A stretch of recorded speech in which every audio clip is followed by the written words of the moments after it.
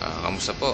Magandang hapon at halos mag-aalas dos na ng linggo, ano po, Sunday afternoon. Nandito po kami sa House Orman, House of Orchids at dito lang, ito yung aming suking pinupuntahang orchid house, at maraming beses na rin kami nakapunta rito at dito lang at papakita ko lang, napakalawak nitong orchid house na to. Ayan, hanggang dun pa yan.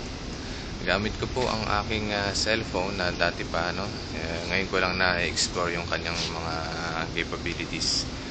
Ayan po, at ayan, makikita nyo hanggang doon sa loob.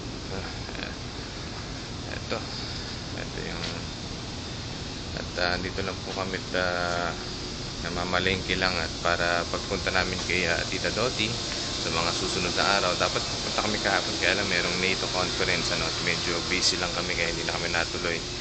Tapos next week naman may pasok si Noy ng buong linggo, Friday lang yung off. Ayun, mamalengke lang kami at bumibili lang kami ng mga materials, mga pots, tsaka mga planting media para kay Tita Doti.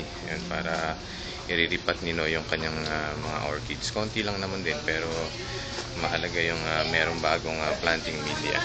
Ayun. Ayan. Ayan, may mga nursery at ang lawak po. Ayan. Okay.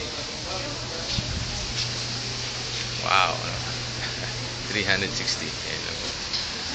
Okay. At yun lang po. At salamat sa papanood. At sa mga susunod na araw, dadalo kami kay Tita Doti.